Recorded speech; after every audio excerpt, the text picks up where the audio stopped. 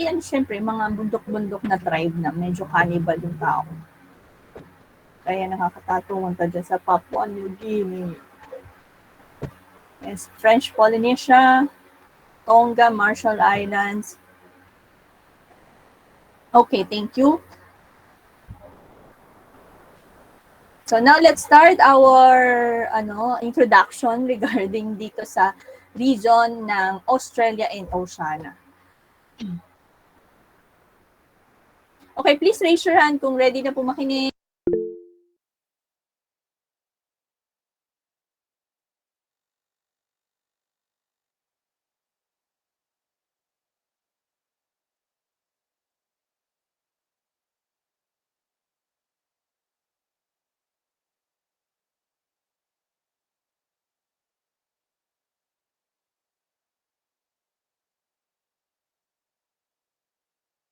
Okay, thank you so much. So this will be a very quick introduction regarding the Oceania region. So Oceania, when we talk about Oceania, we always include, of course, the Australia. So pag hinahati yung mga continent, palagi silang magkatabi. Kasi geographically speaking, ayan, magkakatabi lang naman sila.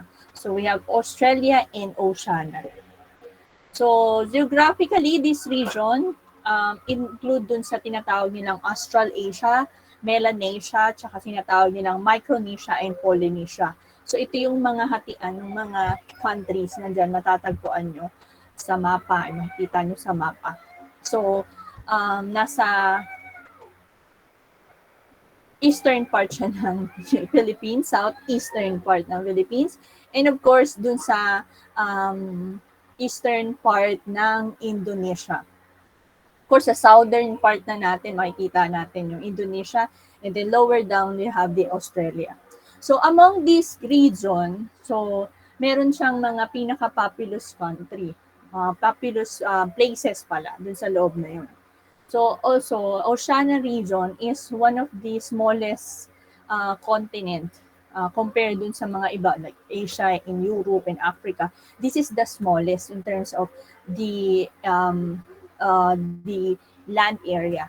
And kung mapapansin nyo, yung characteristic niya is sila, kalat-kalat. Kung ang Caribbean or Central America, puro island, pero ang characteristic kasi ng Caribbean islands is, or Central America, is tabi-tabi lang talaga yung mga islands. Compare dito sa Oceania, talagang kalat-kalat. Yun, mention ko yung 5 major populous countries or center in Oceania, including dun sa mga city na matatagpuan sa Australia. Sydney, Melbourne, Brisbane, Perth, and yung tinatawag na Auckland. So, syempre, kung titignan nyo yung land area ng Australia, napakalaki. But it doesn't mean lahat ng part ng Australia ay may tao. Ang kalimitan, yung mga part ng Australia na may tao ay nasa southern part. Kasi yung parte ng lupa ay mas masagana compared dun sa northern part, which is mostly dry. So, katulad ng Canada is hindi lahat ng parte ng Canada is maraming maraming kabahayan or yung mga area na mas maraming tao. So most of the part ng Canada is puro lang mga areas or mga land, mga forest. Kung ganun din yung setup sa Australia. At kaya nga pa makikita nyo sa mga videos, di ba, malalawak yung kanilang mga vineyard. So isa rin sila sa producer ng mga wine na tinatawag. Okay, so now let's proceed with a short video regarding dito sa Oceania. A quick recap about Oceania.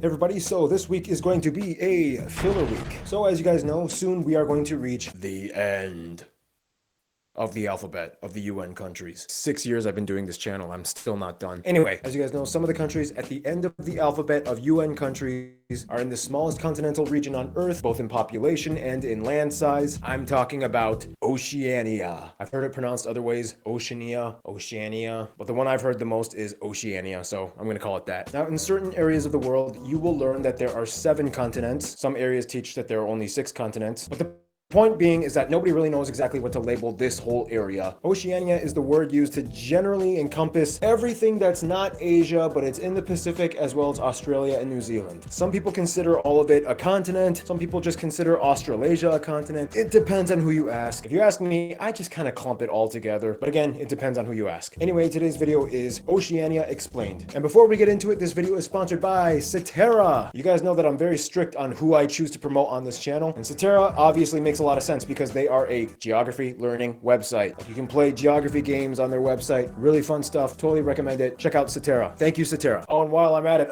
don't forget to get your Geography Now t-shirts, Geography Now gym sacks, and Geography Now coffee mugs at geographynow.com. Blah, blah, blah. You've heard this spiel before. It's my merch. I can promote it. Anyway, Oceania. The entire population of all of Oceania is only about 43-ish million people as of 2020. It spans the eastern and western hemispheres, crossing over the international date line. The boundaries are very blurred. A lot of people don't exactly even know what even classifies, but the furthest islands that people might claim would be the Northern Mariana Islands for the northwest. Some might extend it to the Bonin Islands of Japan, Hawaii in the northeast, but some might extend it to Clipperton Island, Easter Island in the southeast, although some might extend it to the Juan Fernandez Islands, and New Zealand in the south, but some extend it to Macquarie Island just below, which belongs to Australia. In Oceania, you have 4 subregions that divide up the islands both culturally and geographically. They are Australasia, Melanesia, Micronesia, and Polynesia. Although, of course, there are no actual demarcated lines in the ocean, generally the ocean boundaries kind of look like a pair of lips kissing a triangle, and we will cover these 4 regions now. Australasia, the biggest one, made up of pretty much almost everything that belongs to Australia and New Zealand. Keep in mind the Cocos and Keeling and Christmas Island territories are in the Indian Ocean, not the Pacific, but their classification depends on whom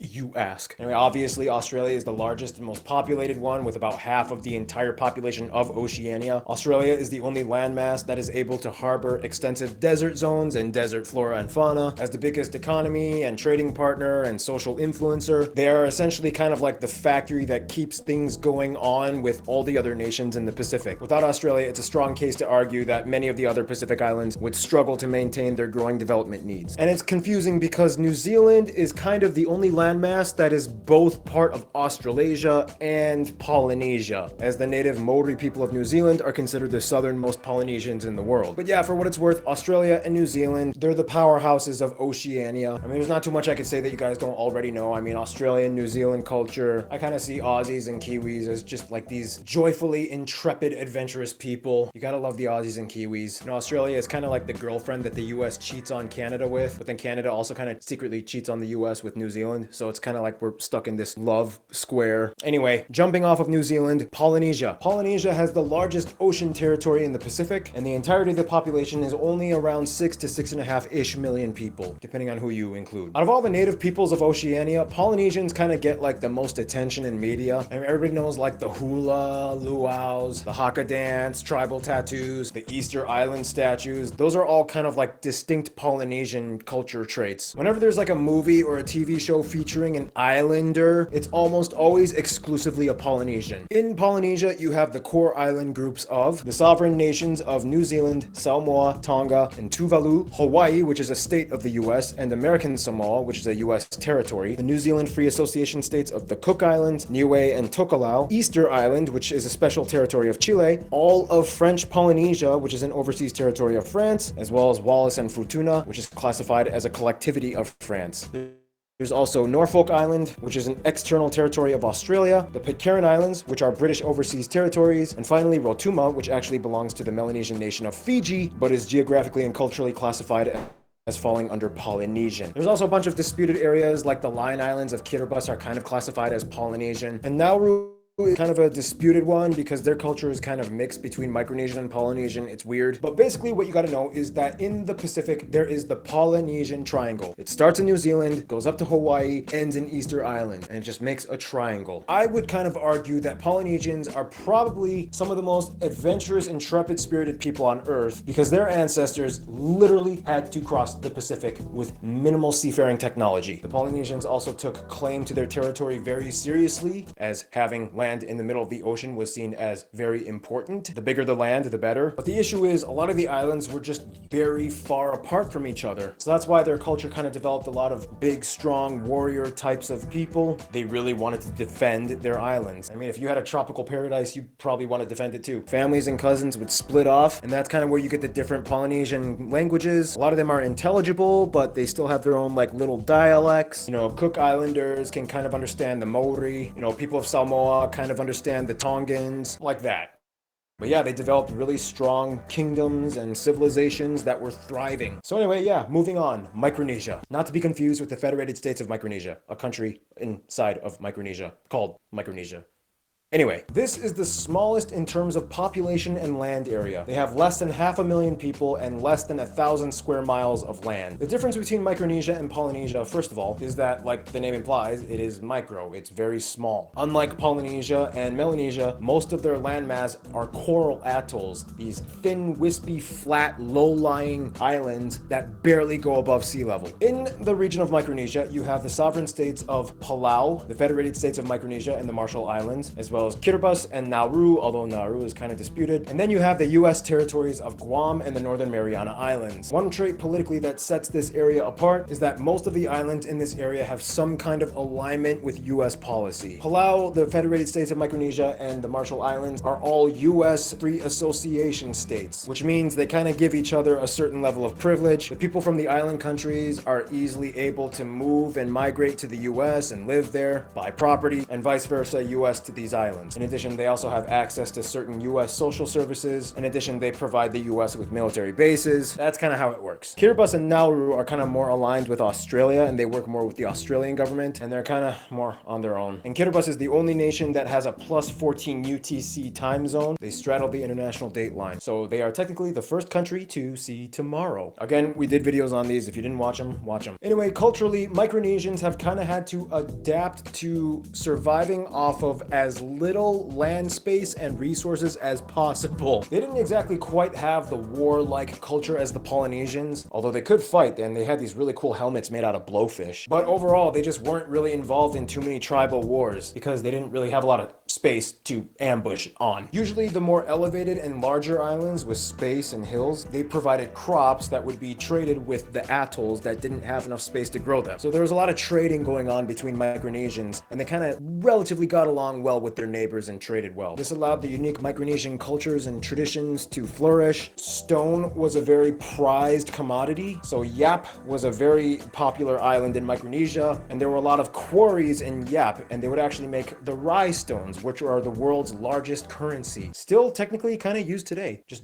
big circular discs. The more stone you had, the more powerful you were in Micronesia. Anyway, over time, they got a lot of influence from the Spanish and the Philippines, as Guam was once a Spanish colony, and then a lot of Filipinos moved in. But yeah, Micronesia, it's easy to memorize that it's the micro part of Oceania. It's the smallest one. And finally, Melanesia, the second most populated region of Oceania with about 12-ish million people. It is made up of the island of New Guinea, split between Indonesia and Papua New Guinea, as well as the nations of Fiji, Vanuatu, the Solomon Islands, and some will say maybe East Timor. In addition, you have the French Overseas Collectivity of New Caledonia. Melanesians are probably the most enigmatic people group on Earth, with traits and customs that are probably the least highlighted out of all the others. For one, it is the most linguistically diverse area on Earth. Papua New Guinea alone has over 800 recognized languages. It's almost like every single people group and island has their own language or dialect of another cousin language, but essentially it's broken down to people that speak either Austronesian or Papuan languages. Long story short, Melanesians are the cousins of the native Aboriginal peoples of Australia. Some argue that the Torres Strait Islanders might be considered Melanesian, but some people don't. They say they're native. No, it's native Aboriginal. Up to them to decide. I don't know. Ethnic Melanesians are generally darker in their complexion and have coarse hair, which is why often they can be mistaken for being black or of African descent, which they are not related to. Modern geneticists are actually kind of baffled and have theories as to where their ancestors actually came from, but the general consensus is maybe somewhere in South Asia, whereas the Polynesians and Micronesians were mostly descended from East Asia. Melanesians are also the only darker shade skinned people on Earth to have natural blonde hair, a trait caused by the TYRP1 gene. Sometimes it might come out as reddish or bright brown. In any case, geographically, Melanesians have some of the most volcanic land on Earth. Eruptions and lava flows are almost daily occurrences in some areas. Most areas are lush and green with intense biodiversity, but at the same time very deadly as well. Therefore, the inhabitants have kind of learned how to adapt and survive in a land of chaotic wonder. Traditionally, many Melanesians didn't build towns, but rather like temporary, tight-knit, well-hidden settlements to avoid ambush from other tribes. More so than the Polynesians, I would argue. Melanesians were kind of more willfully distant from other Melanesians, which is one of the reasons why you probably get so many languages and customs and rituals amongst them. Each small group kept to their own ways and hid it from all the other ones. I mean, in Papua New Guinea alone, you have like the Baining people with the fire dance. The men of the Huli tribe have yellow face paint and wear feather hats during celebrations. The Trobriand Islands have their weird cricket fusion octopus dance game. Certain Solomon Islanders have cool beaded headdresses, and Vanuatans invented bungee jumping with people jumping off incredibly dangerous platforms with tree vines. It's honestly like shocking that Melanesian culture isn't really highlighted much in media when it's so like colorful, unique, vibrant, and fascinating. I don't know, maybe Moana should have been Melanesian. So yeah, that's just about it. Just a very quick general summary of the regions of Oceania. Each island has their own cool little thing going on. It's considered the last human inhabited area on Earth, and it's a very special region of the planet that not too many people pay attention to. But you, just watching this video, did pay attention to it, so good for you. Anywho, one last shout out, get a Geography Now t-shirt at geographynow.com and a Geography Now mug and a Geography Now drop.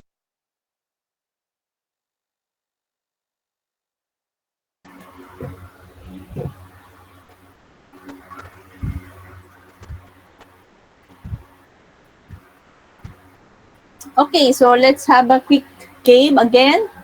True or false? Type A. If it's true, type X. X talaga. Huwag na lang X.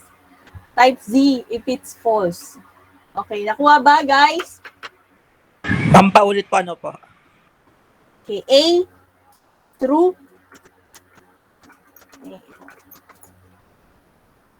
True. And Z, false. Araw. Yung first three person na magsisend ng tamang sagot, yung may points. Okay? Ready? Okay, raise your hand kung ready na.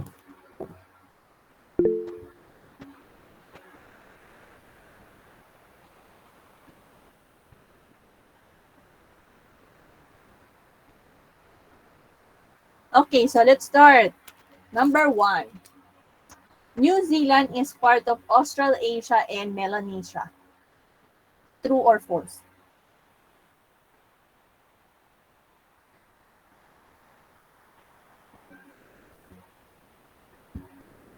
Again, New Zealand is part of Australasia and Melanesia. 10, 9, 8, 7, 6, 5, 4, 3, 2, 1. Correct answer is false. Z. It's actually New Zealand. It's part of Australasia and Polynesia, not Melanesia. Okay? Okay, next question. Copy paste kayo ah.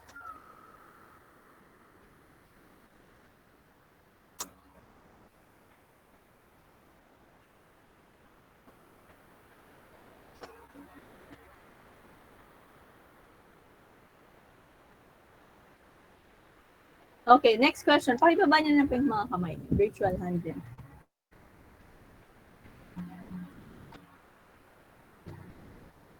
Okay, true or false? Hawaii is part of Polynesia.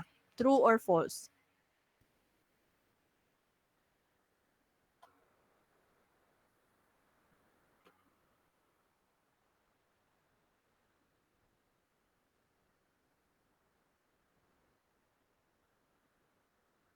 Okay, we have Gagarion, Coranes, and Payumo. Nakakadami ka na Payumo ah. Coranes. Coranes.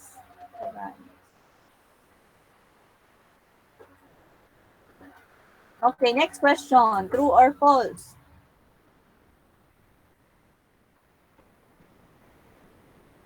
Sabi ni Sarangay, sandali, ang bilis niyo.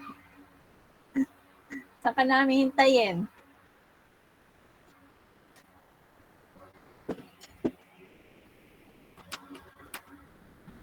Okay, next question. Guam is part of Polynesia. True or false? Guam is part of Polynesia. True or false?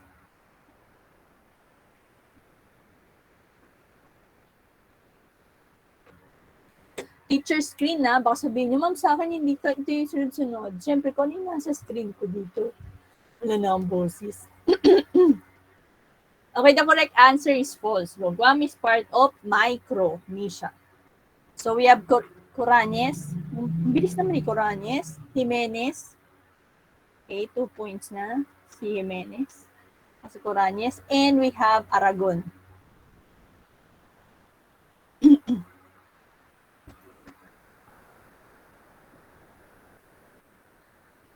Okay, next question. Top 3. Coranes, Jimenez, Aragon. Pang-apat ka. Yes, Mambong. Wala pang ang question. May sagot ka na agad. Wala pang question.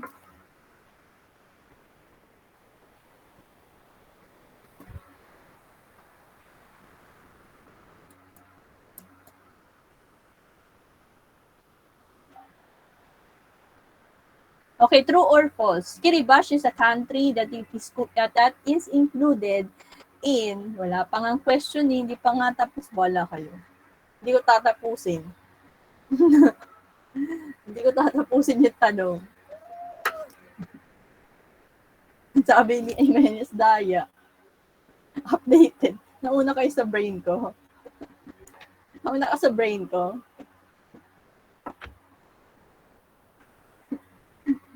Okay, next question. Napangai. Narinig lang yung Kiribati. Correct answer, false kaya. Puro A yo, puro A.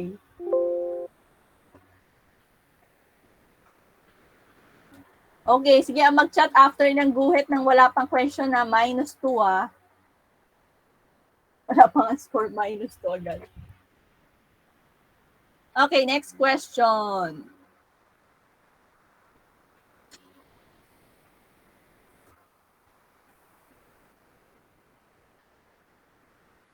Palau Island is under Britain territory.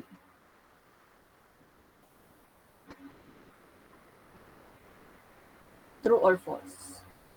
Palau Island is under the Britain territory. Sinir ko pa naman to kanino.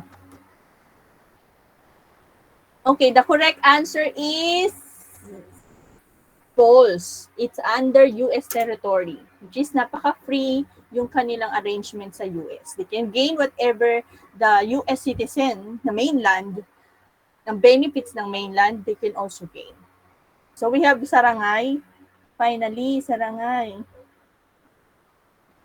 And then we have Maderazo. And last, Esguera.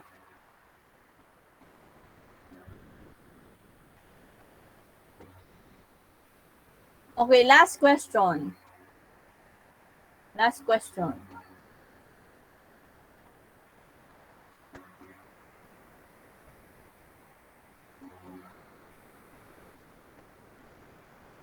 The 4 sub-regions of Oceania are Micronesia, Melanesia, Polynesia, and Australia.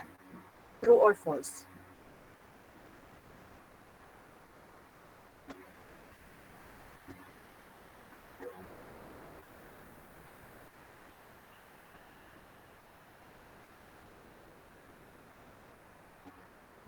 Five, 4, 3, 2, 1.